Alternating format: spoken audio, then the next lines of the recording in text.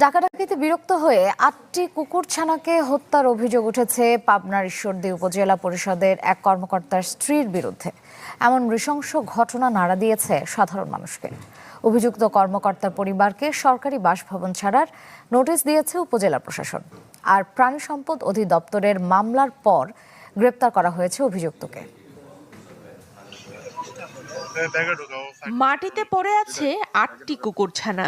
গন্ধ শুকে স্পন্দন বোঝার চেষ্টা করছে মা কুকুর। ছানাগুলো আর বেঁচে নেই বুঝতে পেরে যেন স্তব্ধ প্রাণীটি।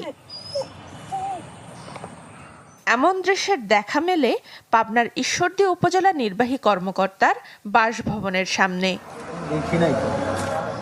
অভিযোগ, ডাকাডাকিতে বিরক্ত হন ঈশ্বরদী উপজেলা পল্লী উন্নয়ন ও সমবায় বিভাগের ক্ষুদ্র কৃষক উন্নয়ন ফাউন্ডেশন কর্মকর্তা হাসানুর রহমান নয়নের স্ত্রী